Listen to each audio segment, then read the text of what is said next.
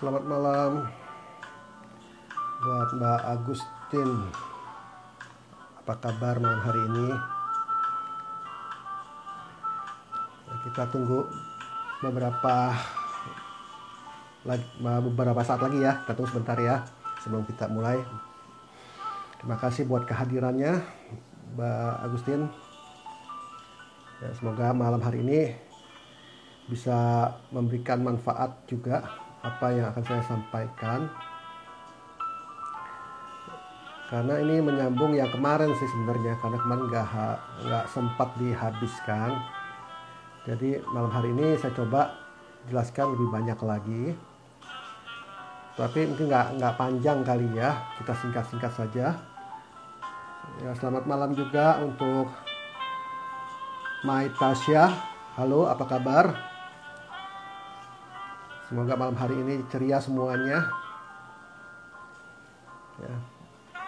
Walaupun mungkin sebagian belum bisa keluar malam mingguan karena PSBB, tapi bukan halangan buat kita menemukan sesuatu yang bermanfaat. Ya malam. Oke.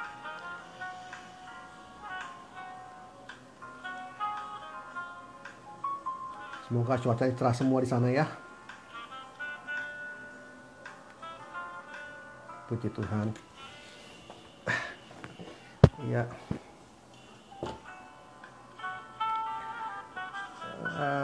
Malam ini saya mau sambung sih mengenai yang kemarin tuh, mengenai cakra, hubungan cakra dengan kesehatan.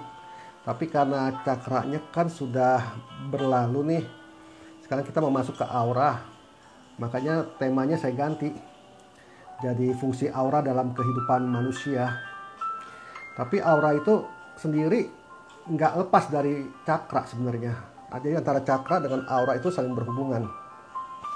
Tapi sebelumnya saya mau ulas sedikit kemarin mengenai cakra itu, bahwa cakra sebenarnya berkembang itu ada di negara bagian timur, ya kan? Cakra sendiri itu kan dari bahasa Sanskerta. Bahasa Sanskerta itu berasalnya dari India. Ya, jadi cakra itu berasal dari India, istilah cakra. Sedangkan kalau dalam negara timur bagian lainnya, yaitu di Cina, itu sebutnya sebagai titik akupunktur ya. Kalau di Indonesia kan titik meridian namanya begitu. Jadi antara cakra, titik akupunktur, dan titik meridian itu sebenarnya sama semuanya. Nah, tadinya dunia barat nggak percaya dengan cakra, karena memang cakra itu kan nggak bisa dilihat oleh mata, nggak kelihatan gitu kan. Nah, orang barat itu kan pakainya logika. Mereka nggak bisa, kalau nggak kelihatan ya mereka anggap tidak ada gitu kan. Tetapi kemudian pada akhirnya mereka sendiri mengakui keberadaan cakra dalam tubuh manusia. Bahkan mereka mempelajari tentang ilmu cakra. Nah, bukan itu saja loh. Mereka juga akhirnya tuh di Jerman ya, itu menemukan sebuah alat, seorang yang bernama Kirlian. Dia menemukan alat video aura. Nah, video aura itu akhirnya disebut sebagai video Kirlian. Video itu untuk melihat cakra kita dan aura kita. Karena gini, cakra itu kan adanya di bagian tubuh halus, bukannya tubuh kasar, bukannya jasad, tapi di bagian eterik, tubuh halus. Jadi kita mata nggak bisa lihat. Sebab itu mereka dari dunia barat menyelidiki bagaimana caranya untuk bisa mengukur cakra seseorang. Maka ketemulah video Kirlian ini. Ya, video Kirlian itu hasilnya seperti ini nih, kalau saya boleh kasih lihat nih ya. Nah, ini jadi seperti ini nih. Ini ketika saya ambil foto di Mangga 2 Square, dia menggunakan video Kirlian. Jadi di sini kelihatan aura kita, warna aura kita ini kelihatan. Ya. Nah, di sini kan bisa dilihat ada aura putih ya kan. Nah, kalau aura putih ini adalah melambangkan tentang hubungan kita dengan divine energy atau energi yang maha mulia. Ya, artinya bagaimana kedekatan kita, kehidupan rohani kita seperti apa, itu nanti akan tergambarkan di cakra ini, di aura ini ya. Halo Alfian Ame, selamat malam. Gimana kabarnya Ame? Kita baru mulai Mei. Jadi saya baru jelaskan mengenai video Kirlian. Jadi kalau belum pernah lihat video Kirlian, hasilnya seperti ini. gitu. Jadi ini ada kelihatan auranya gitu ya. Jadi ada bagian putih ini adalah aura ilahi disebutnya begitu. Nah, di sini kita bisa ketahuan orang ini hubungannya dengan hubungan kerohaniannya bagaimana gitu ya. Nah, mungkin kalau gambar lebih jelasnya seperti ini nih. Oke, ya semoga baik ya nih. Nah, ini yang besar ini. Jadi aura tuh begini, satu badan nih. Yang namanya aura tuh satu badan, bukan cuma lingkaran di kepala. Dan kemudian dengan alat video kirlian itu juga bisa dilihat cakranya. Nah, di sini ada kelihatan cakranya nih. Yang ada cakra yang atas ini warna nila, terus kemudian warna ungu cakra ajena, terus cakra tenggorokan warna biru, cakra jantungnya warna hijau, cakra pusar warna orange, cakra seks kuning, dan cakra dasarnya merah. Nah, ini cakra semua dan aura terbaca oleh alat yang namanya video kirlian itu gitu. Nah, kalau di sini kita lihat ya, cakra saya yang terkecil adalah pada cakra dasar dan cakra seks. Nah, sekarang saya sudah mulai tingkatkan lagi untuk cakra ini, dan kemarin baru mau tes, tapi kebetulan PSBB jadi nggak sempat ke sana, nggak sempat cek. Tapi kalau yang lain-lain cakra saya semua besar semua. Ya, termasuk cakra mahkota, cakra ajena, cakra tenggorokan, cakra dada, cakra pusar, ini besar semua. Jadi terukur. Di sini ada juga nih persentasenya. Yang bawah ini persentasenya. Nah, jadi cakra orang itu nggak mungkin bisa lebih dari 50%. Cakra yang baik itu nggak mungkin bisa lebih dari 50%. Gitu.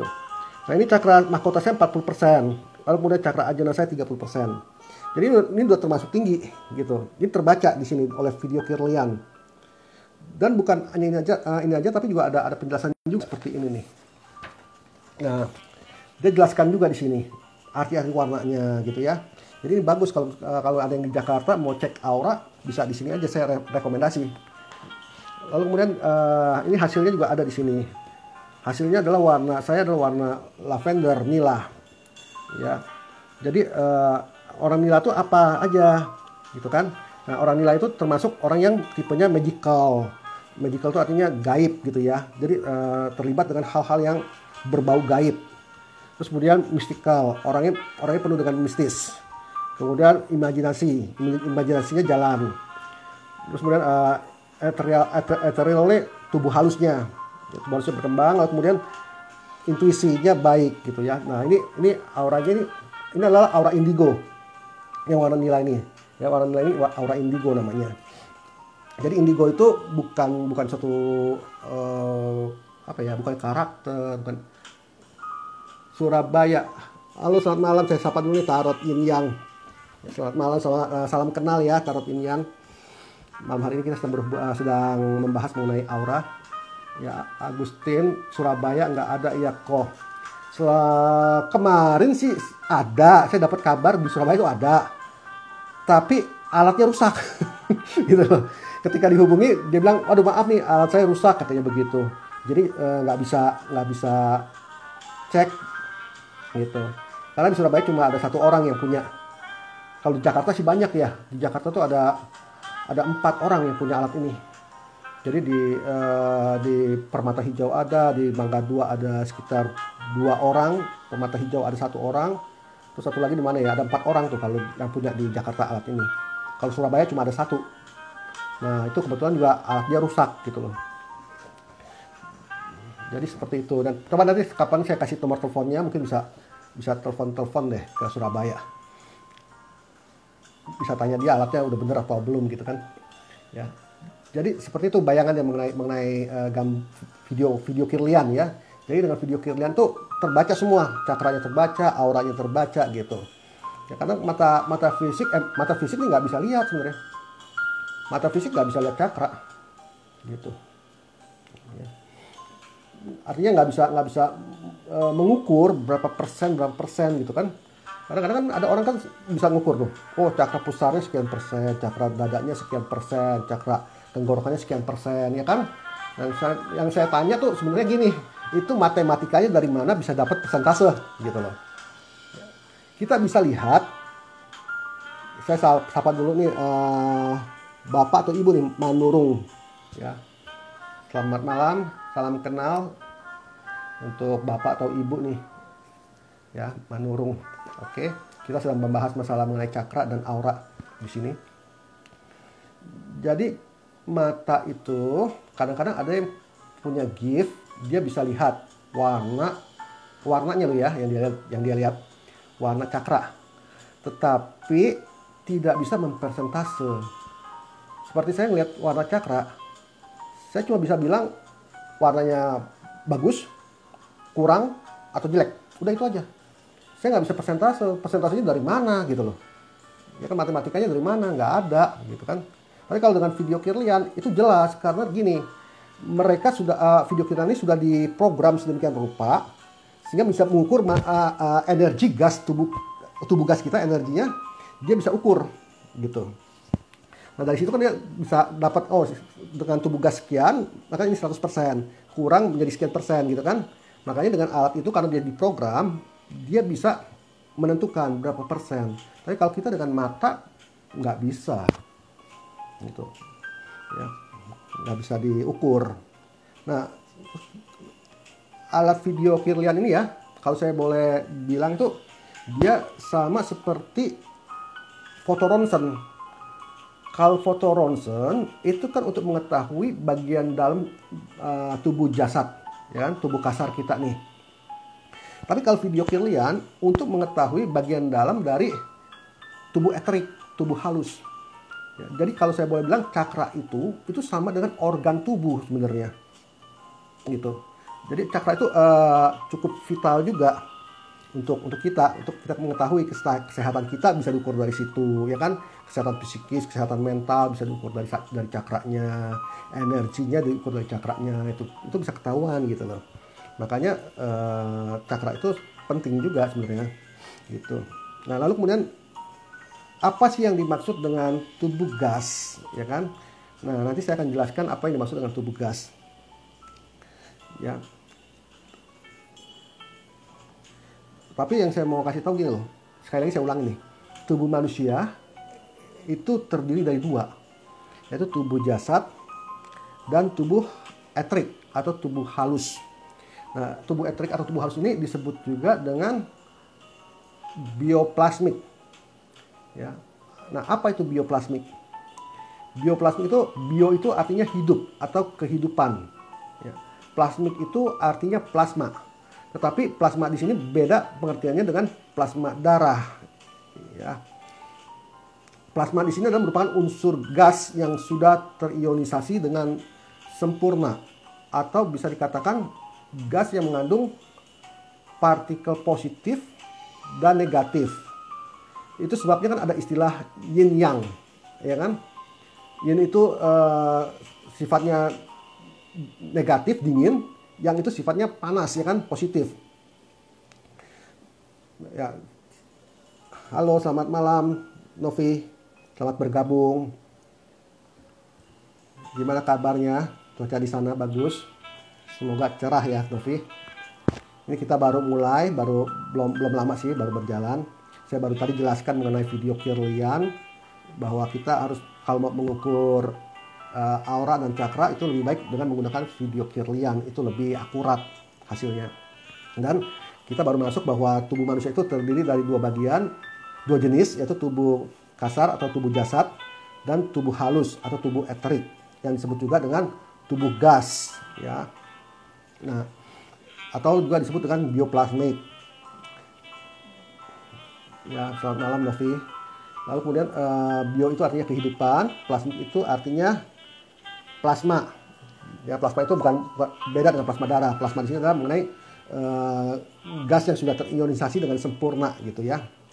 Nah, jadi kalau mengenai yin dan yang, saya pikir kalau yang suka meditasi pasti tahu itu apa yin dan yang. Nah, kalau saya meditasi nih, biasanya pada saat saya meditasi begitu, saya merasakan ada lingkaran udara. Nah, ketika saya menaikkan energi kundalini ke cakra dasar, cakra seks dan cakra pusar sampai cakra dada, itu saya merasakan ada putaran angin dingin berputar di badan saya. Nah, ketika sampai di cakra dada, itu mulai ada perputaran dingin dan panas. Jadi depan dingin tapi belakang saya nggak panas gitu loh. Nah ketika saya naik ke cakra tenggorokan, itu yang terasa mulai panasnya, mulai hangat. Ya, bahkan kadang-kadang sampai berkeringat juga sih. Sampai ke cakra ajena, cakra mahkota, itu yang saya rasakan panas. Gitu. Nah, kenapa? Karena memang tubuh kita kan ada yin dan ada yang. Gitu. Ya. Selamat malam, Mas Fama. Apa kabar? Selamat bergabung. Ya, kita sedang membahas masalah fungsi aura dalam tubuh manusia. Ya. Jadi itu hal yang normal sih kalau misalnya kita ngalami seperti itu ya, kayak hal yang normal. Nah, jadi plasma itu apa? Plasma adalah gas yang mengandung energi positif dan negatif. Nah, zaman sekarang kan tuh ada tuh yang namanya televisi plasma ya kan? Nah, apa sih yang dimaksud dengan televisi plasma? Maksudnya begini, televisi menggunakan sistem gas yang diberi aliran listrik sehingga dapat menghasilkan sebuah gambar. Itu sebabnya TV plasma itu tidak menggunakan lagi sistem tabung. Kalau zaman saya waktu saya masih kecil itu, televisi itu masih gede-gede gitu loh ya, tebal gitu televisi. Nah kalau televisi sekarang itu kan tipis-tipis, bahkan bisa digantung di tembok gitu kan. Kenapa? Karena dia sudah nggak pakai tabung lagi, dia menggunakan sistem yang disebutnya sistem plasma. Jadi televisi plasma namanya kan. Nah, begitu juga dengan sebutan bioplasmik pada tubuh manusia. Itu artinya tubuh yang terbuat dari energi gas. Itu sebabnya tubuh pada manusia bisa menghasilkan aura. Nah, semakin manusia itu aktif bergerak, maka dia akan menghasilkan semakin banyak panas di tubuhnya, ya kan? Nah, karena tubuhnya panas, maka gas itu naik dalam bentuk cahaya yang terpancar keluar mengikuti bentuk sesuai dengan tubuh fisiknya. Ya, jadi sekali lagi aura itu bukan hanya terletak di lingkaran kepala, enggak. Aura itu mengikuti bentuk tubuh fisik kayak begini nih. Sekali lagi nih saya kasih lihat. Nah, bentuk aura itu seperti ini, dia elips, mengikuti bentuk tubuh fisik dari atas sampai ke bawah, gitu. Itu aura. Jadi aura itu nggak cuma sebagian-sebagian, tapi menyeluruh sebenarnya. Nah, kenapa begitu? Karena tubuh eterik sendiri juga bentuknya sama dengan tubuh jasad gitu loh. Nah, terus kemudian mengenai ketebalan aura. Ketebalan aura itu antara orang satu dengan orang lainnya itu berbeda-beda. Ya. Selamat malam, Mas Nugraha. Selamat bergabung. Malam hari ini kita sedang membahas fungsi aura. Ya. Tapi kita tidak akan panjang-panjang membahasnya karena ini adalah sambungan dari yang kemarin sebenarnya sisanya nih, gitu. Ya, nah, jadi saya ulangi sekali lagi bahwa aura itu mengikuti bentuk tubuh kita dari atas kepala sampai kaki dan bentuknya adalah elips. Bentuknya bukan seperti tangan, badan, kepala, bukan, tapi dia elips bentuknya, begitu, menyeluruh. Nah, ketebalan aura itu masing-masing orang tergantung, berbeda-beda setiap orang. Semakin aktif, auranya bisa semakin tebal. Ya. Nah, sekarang pertanyaannya dari mana sumber panas tubuh dihasilkan? Nah, tubuh bisa menimbulkan hawa panas. Ya, ini kita perlu kembali kepada teori fisika sebenarnya. Nah, seorang fisikawan yang bernama Newton mengatakan bahwa bagian terkecil dari sebuah benda itu disebut atom. Atom itu nggak bisa dilihat. Nah, tubuh eterik kita atau tubuh halus kita ini terdiri dari atom-atom. Ya. Nah, atom itu terdiri dari elektron-elektron yang bermuatan negatif dan proton yang bermuatan positif. Nah, antara proton dan elektron ini akan menghasilkan getaran listrik dan magnet. Ya, sedangkan lapangan tempat atomnya bergerak itu disebut sebagai medan energi. Nah, karena tubuh kita ini tubuh eterik atau tubuh halus kita ini atau tubuh gas kita ini terdiri dari atom, itu sebabnya tubuh eterik kita mengandung yang namanya medan energi electromagnetic field atau medan energi elektrik magnetik, gitu ya kan? Jadi tubuh elektrik kita mengandung medan elektrik magnetik. Dari mana medannya? Medannya itu dari atom tadi kan, yang berputar. Lalu kemudian mendapat elektron dari elektron dan magnetiknya dari proton. Nah, karena ini mengandung proton dan elektron, maka mengandung elektrik magnetik. Nah, karena tubuh manusia itu mengandung medan elektromagnetik, maka dia menghasilkan listrik magnetik. Selamat malam Mbak Ganesha Tarot. Apa kabar? Selamat bergabung. Ya. Ini kita sedang membahas masalah fungsi aura pada tubuh manusia. Ya, kita baru sampai di penjelasan mengenai tubuh eterik. Jadi tubuh eterik itu mengandung medan elektromagnetik, ya kan? Makanya kalau dia diolah dengan benar dalam ilmu bela diri, dia bisa menghasilkan sebuah tenaga dalam. Nah, bahkan ada seseorang yang bisa menyalurkan tenaga dalamnya dan membakar kertas. Alhamdulillah baik kok. Ya, syukur kalau semuanya baik ya. Semoga juga cuaca di sana cerah. Malam minggu ini kalau kita nggak keluar ya bersama-sama aja di sini, kita sama-sama belajar mengenai aura ya. Oke. Nah, jadi saya ulangi sekali lagi. Kalau orang itu bisa mengolah energi elektromagnetiknya dengan baik, dia bisa menghasilkan tenaga dalam, menghasilkan panas, sehingga ketika dia salurkan energi itu bisa membakar kertas. Itu betul, gitu. Karena tubuh kita memang mengandung listrik, gitu. Nah, begitu juga dalam meditasi. Energi elektromagnetik ini berfungsi untuk menyerap energi alam yang bisa digunakan untuk kepentingan diri sendiri atau membantu orang lain. Misalnya untuk menyerap energi biokosmos, lalu kemudian menyalurkannya sebagai energi kesembuhan. Ya. Nah, keberadaan medan elektromagnetik pada manusia itu bisa dibuktikan. Jadi bukannya sekedar teori bahwa tubuh manusia itu mengandung medan elektrik magnetik, tapi kita bisa buktikan dalam kehidupan sehari-hari. Contohnya begini, saya rasa semua orang pernah bersenggolan kulit kan?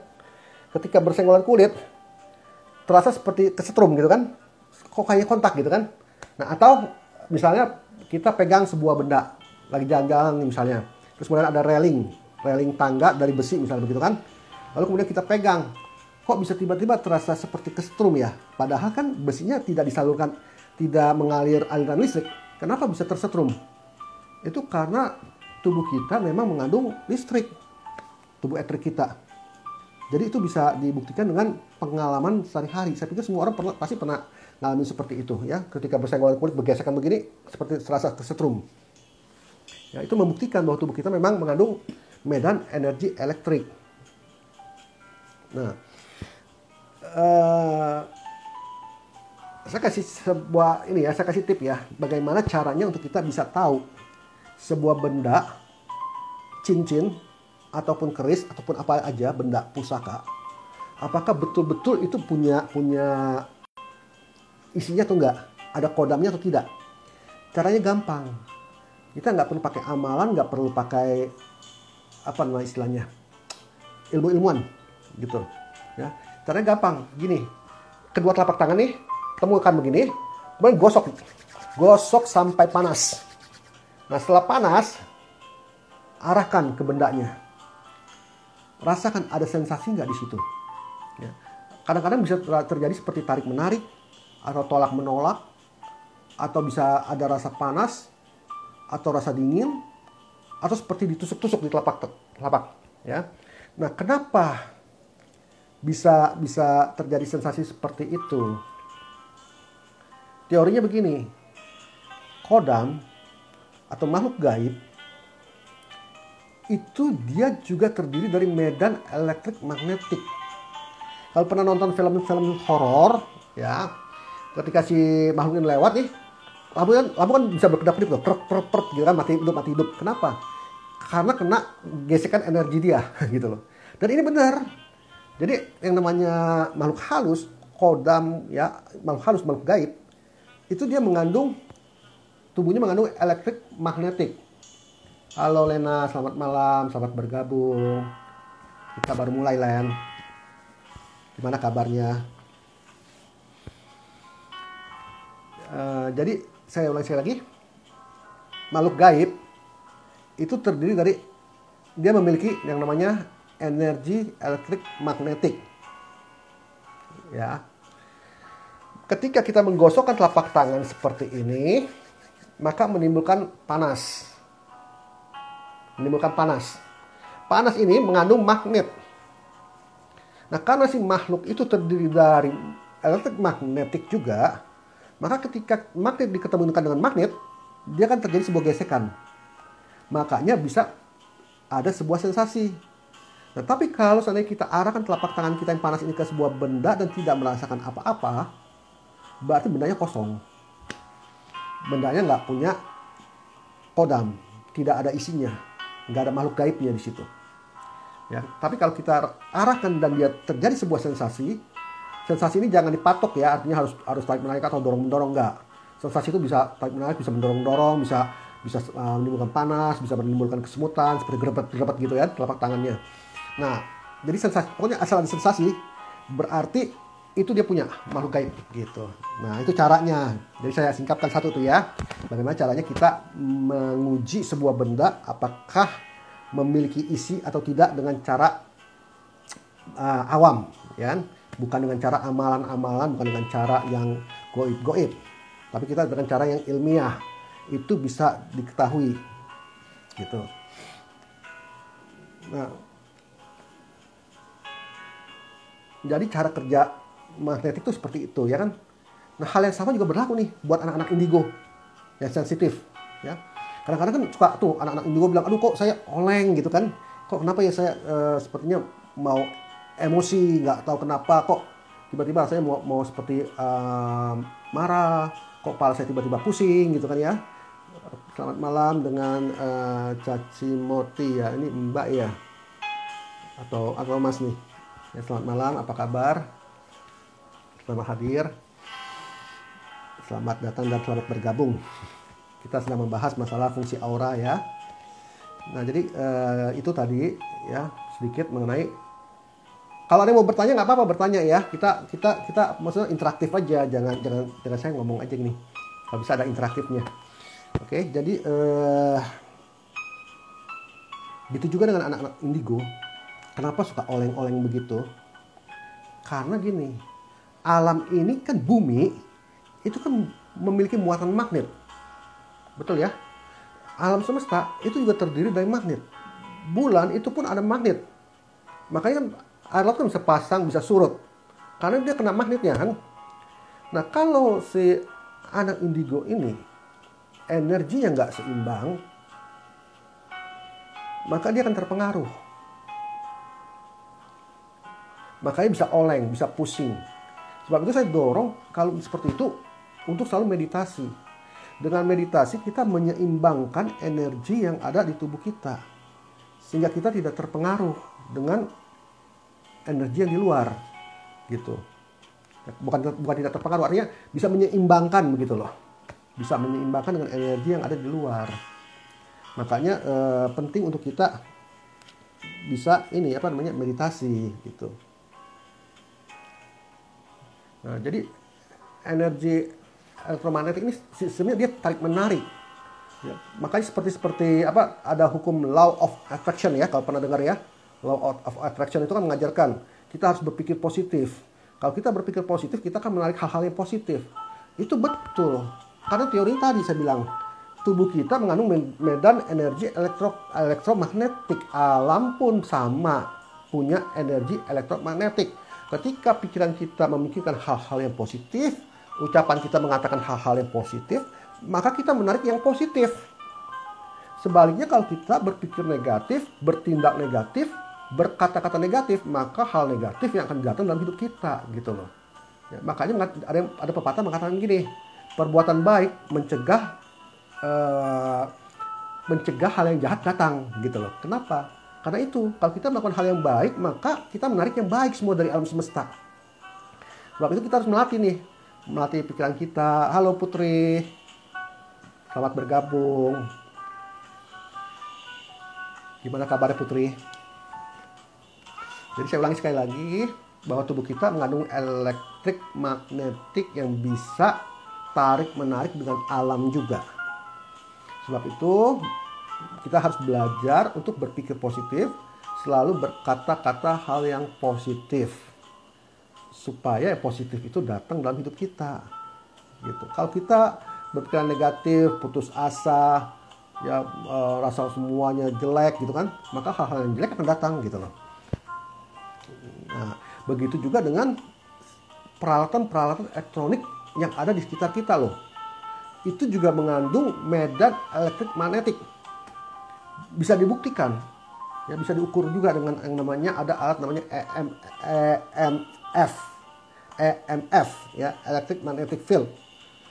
Ini alat ini biasa kalau di luar sana, di luar negeri, ya di Eropa, digunakan untuk mendeteksi makhluk gaib.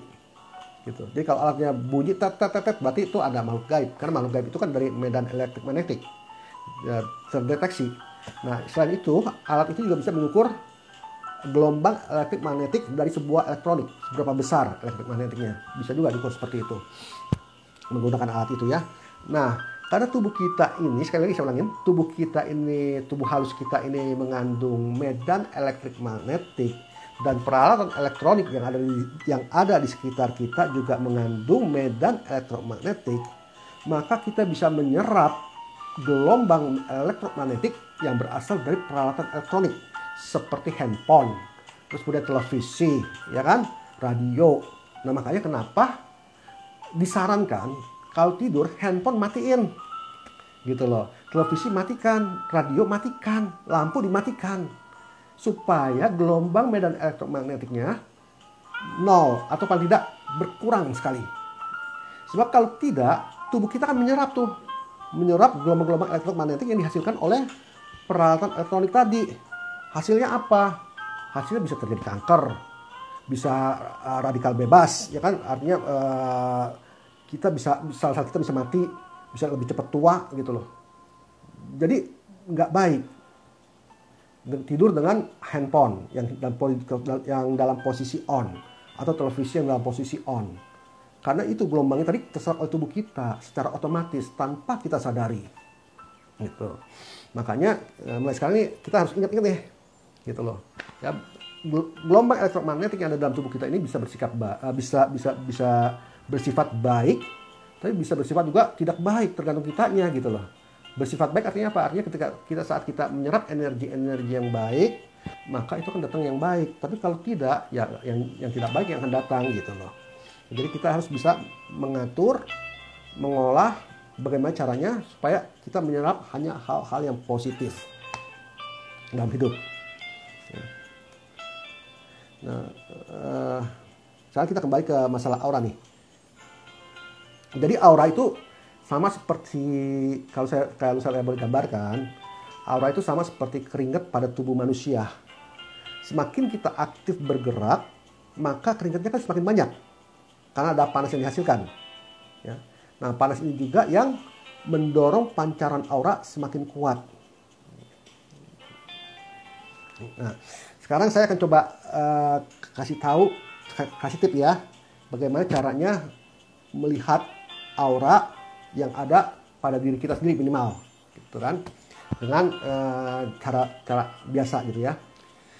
Jadi gini caranya kalau mau gampangnya, berdiri di cermin 50 cm di belakang cermin, berdiri di 50 cm di belakang cermin, lalu kemudian perhatikan 2 cm dari tubuh kita nih, dari kepala kita misalnya gitu ya, 2 cm, tapi usahakan belakangnya adalah background putih seperti saya nih, backgroundnya putih. Sebab kalau backgroundnya berwarna, nanti warna auranya akan bias, kita nggak bisa lihat, gitu. Ya. Jadi sekali lagi saya mau katakan gitu, aura itu nggak bisa dilihat dengan mata batin sebenarnya. Ya. Kita bisa lihat langsung aura itu. Gitu. Ada orang yang lihat aura tanpa lihat foto. Terus terang itu hasilnya bisa 50-50, gitu loh. 50% benar, 50% nggak benar. Tapi kalau yang benar harusnya dilihat foto, lihat langsung gitu loh. Nah, ini caranya begitu ya. Ini saya ajarkan caranya melihat aura diri kita sendiri. Berdiri 50 cm di belakang cermin, dan ingat backgroundnya harus putih. Lalu kemudian lihat 2 cm dari tubuh kita, dari kepala misalnya gitu kan. Lihat, jangan berkedip, gitu loh. Perhatikan terus. Nanti kita akan lihat ada seperti hawa panas naik dari kepala kita nih, akan keluar seperti hawa panas naik. Nah, mungkin yang pertama kali dilihat itu warna putih. Lama-lama dia akan berwarna kuning. Nah, setelah itu dia akan mulai memancarkan warna. Kita bisa lihat warnanya. Ya, atau kalau misalnya kita nggak lihat 2 cm begini, lihat sebelah sini nih. Lihat sebelah sini. Ya, matanya lihat sini. Tapi yang diperhatikan di sini. Gitu. Nah, nanti itu kita akan lihat tuh keluar pancaran panas dari tubuh kita. Ya. Pertama warna putih, pasti putih. Terus kemudian nanti pasti kuning, gitu kan? Nah, setelah itu baru dia akan mengeluarkan warna. Tapi mata ini jangan berkedip. Ya. Nah, kalau misalnya tidak bisa seperti itu, cara kedua untuk kita bisa melihat aura, caranya gampang. Gini, telapak tangan tempelin, gosok sampai panas. Setelah panas, tempel di permukaan yang putih, terus angkat. Nanti di situ akan tertinggal warna. Nah, itulah warna aura kita tuh. Nah, jadi ini cara yang paling mudah untuk melihat aura. Kalau nggak bisa lihat juga, jangan dipaksain. Berarti memang tidak bisa lihat gitu kan. Ya. Tapi harusnya sih kelihatan. Paling tidak dengan telapak tangan yang panas ini, gosok panas ini nih. Halo, selamat malam Mbak Elita. Selamat bergabung. Jadi dengan gosok panas begini, tempelin di permukaan putih, angkat, itu biasa pasti tercetak warna aura. Gitu. Ya. Jadi itu cara termudah untuk melihat aura.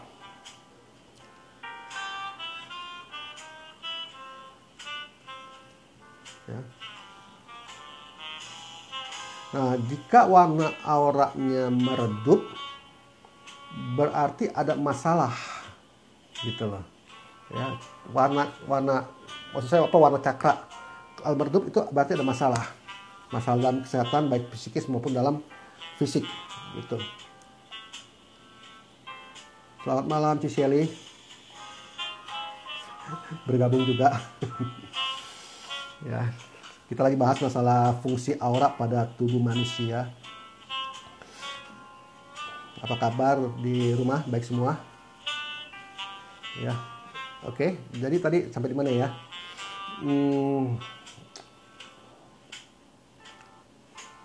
Nah, jadi aura tuh seperti itu ya. Kan banyak tuh orang suka ngomong, tolong dong cekin aura saya, gitu kan. Nah, kalau saya saya suka digituin juga, tolong dong cekin aura saya. Saya kan baik tanya, buat apa kamu cek aura? Karena sesungguhnya orang tidak ada yang mengerti aura itu buat apa, gitu loh. Ya kan? Nah, saya selalu bilang, aura itu cuma buat tahu karakter. Kamu kan udah tahu karakter kamu seperti apa, buat apa juga nanya, gitu kan? Nah, tapi sebenarnya aura itu lebih daripada sekedar mengetahui karakter. Dengan aura, kita bisa melihat bakat kita di mana. Loh, aku udah sapa loh Putri. Aku kok nggak disapa kok. Tadi udah disapa loh Putri. Halo aja Putri jatuhkan di atas.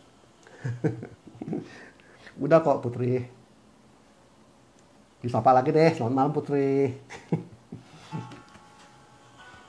Ya, jadi aura ini saya ulangi lagi. Waktunya tinggal 15 menit. Jadi aura itu bisa untuk mengetahui bakat. Ya, bakat kita di mana sih gitu kan. Kalau bisa kita sekolah, belajar, dengan aura kita bisa tahu gitu loh. Lalu kemudian dalam bekerja untuk menentukan pekerjaan yang paling cocok buat saya apa ya, yang sesuai dengan aura saya gitu. Itu bisa gitu loh dari aura.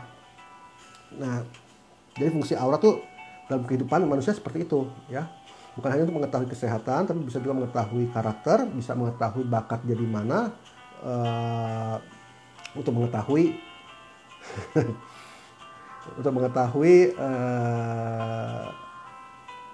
pekerjaannya dia cocok di mana gitu ya. Itu bisa ketahuan dari auranya. Karena dari aura itu kan bisa dilihat karakternya. Dari karakter itu bisa ditentukan kemana arahnya gitu loh. Tapi ingat, aura itu kan ada 3 macam Ya, jadi ada aura tengah, aura dalam, aura luar. Nah, kalau aura yang saya tunjukkan ini adalah yang dengan menggunakan video Kirlian, ini adalah aura dalam. Aura dalam dia tidak berubah. Ya, ini aura saya kan indigo nih. Ini nggak berubah sampai kapanpun, karena dia aura dasar. Tapi kalau aura luar, itu yang bisa berubah, mengikuti perkembangan. Kalau aura hijau bakatnya apako. Ya, kalau aura hijau itu orangnya biasanya lebih tenang. Ya, kemudian dia juga tidak suka dengan hal-hal yang yang keributan begitu, dia nggak suka gitu loh. Nah, saya pikir kalau aura hijau dia lebih cocok ke hal-hal yang ke arah seni. Itu lebih cocok. Gitu ya. Kalau aura biru itu dia lebih cocok ke hal-hal yang spiritual. Nah, oke, kita sambung lagi ya. Tapi bukan sini aja, banyak sih ya kan. Nah, lalu kemudian kita habiskan dulu mengenai ini. Sampai di mana tadi? Ya, mengenai aura kan. Jadi aura itu ada aura luar dan aura dalam. Aura luar yang bisa berubah mengikuti kondisi kita, keadaan kita. Ya, itu bisa berubah gitu. Ya.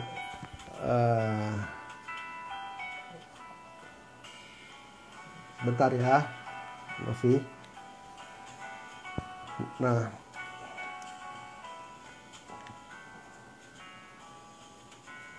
terus kemudian kita bahas dulu masalah auranya ya. Nanti mungkin kalau bisa mau penjelasan lebih lanjut bisa di FB, bisa di WA saya. Halo, Canting Indigo, Mbak Wardina. Ya nanti kita mengenai itu malam-malam untuk Wardina kita udah mau selesai. Oke, nanti bisa FB saya aja gitu ya, karena itu nanti kan banyak sekali tuh. Oke, lalu kemudian ini saya mau kasih tip lagi nih. Saya mau kasih tip untuk perempuan. Semua wanita kan pengen cantik, betul nggak? Ya kan? Jadi aura itu juga gini loh. Kadang-kadang kenapa ya ada orang susah jodoh ya? Oh, orang nggak mau tuh sama saya gitu loh. Semua orang menjauh dari saya. Kenapa ya? Itu kadang-kadang dari auranya juga. Aura dia nggak bagus. Auranya kotor. Ya. Nah, itu aura seperti itu harus diperbaiki auranya. Begitu. Dengan diperbaiki auranya dia bisa akan memiliki daya tarik lagi. Bisa menarik lagi gitu loh. Nah, gimana caranya untuk kita bisa memperbaiki aura? Ya. Nah, untuk ini cara biasa aja sih. Saya ajarkan cara biasa aja, nggak usah yang cara-cara yang gaib-gaib yang aneh-aneh gitu. Ya, cara awam aja. Bagaimana caranya meningkatkan aura kecantikan? Caranya begini. Sebelum tidur, cuci muka dengan air panas. Air hangat maksudnya. Cuci muka dengan air hangat. Kemudian mulai pijit-pijit aja, mukanya pijit-pijit ya kan, sehingga menghasilkan relaksasi. Karena muka yang stres, muka yang tegang, auranya gelap, itu yang bikin dari orang tidak menarik, gitu loh, ya kan? Jadi ingat sekali lagi loh, tubuh kita terdiri dari elektrik magnetik yang bisa menyerap elektrik magnetik yang ada di alam. Kalau kita mengeluarkan hal yang positif, maka yang positif yang akan kita tarik. Tapi kalau kita mengeluarkan yang negatif itu yang akan kita tarik. Gitu. Begitu juga dengan aura. Kalau aura kita gelap, maka orang nggak mau dekat sama kita gitu. Ya, maka itu auranya harus diperbaiki. Caranya gimana? Caranya tadi, kalau mau tidur, cuci dulu mukanya dengan air hangat. Gitu kan? Kemudian mulai pijit-pijit. Ya, pijit-pijit ya supaya rileks, kendor semuanya. Jadi rileks lagi semuanya. Saraf-sarafnya rileks lagi. Ya. Terus kemudian setelah itu tutup dengan handuk hangat. Biarkan dengan handuk hangat. Besok pagi bangun pasti lebih segar. Auranya pun akan lebih baik, akan lebih terang. Ya. Lalu kemudian yang kedua apa? Jangan lupa senyum, gitu ya. Jangan lupa untuk selalu ketawa. Karena kalau kita tertawa, itu akan menghasilkan aura positif. Ya. Tapi kalau kita cemberut, selalu merasa sedih, melankolis, ya kan? Saya pikir nggak usah secara ini lah. Semua orang itu pasti nggak mau deket, betul nggak? Ada nggak orang mau belanja kalau yang jualannya cemberut? Udah nggak enak kan pasti kan? Tapi kalau yang jualannya ramah, murah senyum, orang belanja juga pasti lebih enak, betul nggak? Kenapa orang yang seperti itu dia akan lebih banyak pelanggan? Karena dia punya aura positif. Jadi dia menarik hal yang positif, gitu loh. Nah ini rahasianya nih. Kalau kita mau supaya kita bisa menarik berkat lebih banyak nih, ya kalau kita dagang atau apa, ya kan? Jadi auranya harus dibuat positif, gitu. Ya kita belajar senyum, gitu kan? Jadi jangan selalu cemberut, gitu. Terus kemudian pikiran dirilekskan. Lalu gimana caranya untuk merilekskan pikiran? Kemarin kita sudah bahas tuh di dalam cakra, ya kan? Bisa berjemur dengan matahari. Matahari itu bisa merilekskan pikiran kita. Sehingga ketika kita istirahat pada waktu malam hari, itu juga bisa tidur dengan lebih nyaman. Kalau kita tidur bisa lebih nyaman, besok pagi bangun, pasti tubuh lebih segar. Tubuh lebih segar, muka lebih berseri. Nah, muka berseri itu menghasilkan aura yang baik. Gitu loh. Nah, jadi ini tipnya nih. Ya kan?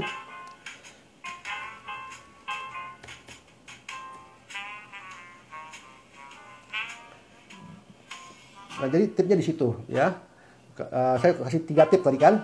Bagaimana cara mendeteksi benda pusaka apakah memiliki kodam, memiliki makhluk gaib atau tidak. Kemudian bagaimana cara kita melihat aura. Dan yang terakhir tadi, bagaimana kita mengubah aura sehingga aura kita bisa menghasilkan positif. Gitu kan? Meningkatkan aura kecantikan. Orang cantik itu bukan cuma dari wajah. Batin yang cantik akan mengeluarkan aura yang cantik. Aura yang cantik akan menarik perhatian banyak orang. Gitu loh. Ya. Nah, jadi tinggal 10 menit lagi waktunya. Ya, saya pikir cukup sampai di sini. Nanti minggu depan mungkin kita akan lanjutkan lagi dengan mudah-mudahan ya, kalau Tuhan izinkan, minggu depan kita lanjutkan dengan spiritual awakening, mengenai kebangunan jiwa kita ya. Karena kita perlu tahu, sebelum kita mengalami spiritual awakening, itu ada yang namanya dark night of soul, atau jiwa dalam kegelapan. Semua orang akan mengalami itu. Nanti saya akan singkatkan yang dimaksud dengan jiwa dalam kegelapan itu seperti apa, dan bagaimana caranya untuk kita bisa jiwa kita bisa bangkit gitu. Karena sekarang ini memang kita di tengah-tengah pergolakan alam yang luar biasa, sehingga menghasilkan banyak orang-orang yang jiwanya bangkit. Kalau perhatikan ya, banyak sekali saat ini nih orang-orang yang tadinya tidak punya kemampuan apa-apa, tiba-tiba kok bisa gitu kan? Kok saya bisa lihat makhluk ya? Kok saya bisa tahu yang akan terjadi ya? Kok saya bisa tahu masa lalu ya? Kenapa? Karena terpengaruh oleh gejala alam yang ada, gitu loh. Nah ini, tapi banyak orang nggak sadar itu. Nah ini kita nanti akan bahas mengenai spiritual awakening. Dan sebelumnya kita harus tahu apa yang namanya dark night of soul, jiwa dalam kegelapan. Ya, oke, terima kasih semuanya untuk malam hari ini. Maaf kalau misalnya tidak bisa jawab dengan baik ya, karena saya mengejar waktu supaya bahan ini habis dulu nih gitu kan, supaya nanti minggu depan kita bisa bahas yang baru, yaitu spiritual awakening gitu ya. Terima kasih buat kehadirannya semua. Semoga apa yang disampaikan malam hari ini bisa membawa manfaat buat kita semua, untuk kita bisa lebih mengerti lagi mengenai cakra dan aura, ya kan. Jadi kita nggak selalu tanya, tolong cekin aura saya dong, tapi nggak ngerti maksudnya aura itu dicekin buat apa gitu kan. Ya kan? Nah itu aja ya. Oke, terima kasih, selamat malam semuanya, sampai ketemu lagi. Dah.